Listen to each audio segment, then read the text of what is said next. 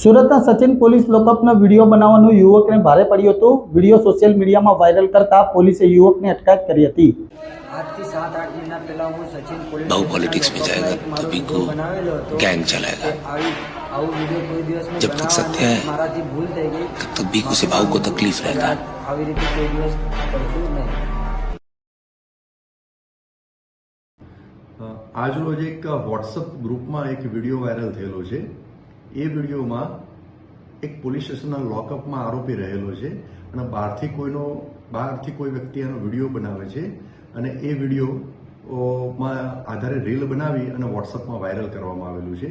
તો આ video Sachin police સ્ટેશનનો video છે। સચિન પોલીસ સ્ટેશનના લોકઅપમાં આરોપીમાં રાખવામાં આવેલો છે।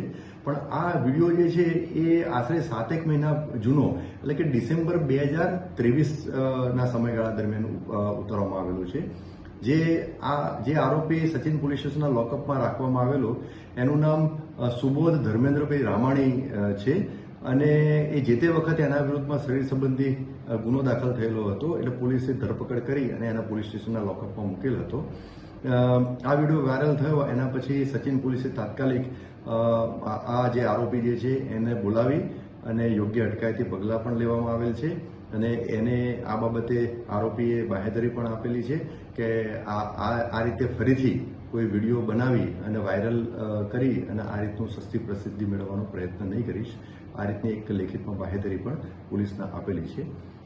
આ આરોપી વિરુદ્ધમાં અગાઉ બીજા પણ ગુના દાખલ થયેલા છે અને આ આરોપી વિરુદ્ધમાં પાસા એક્ટ હેઠળ કાર્યવાહી કરી અને એને અટકાયતમાં પણ લેવામાં આવેલો હતો।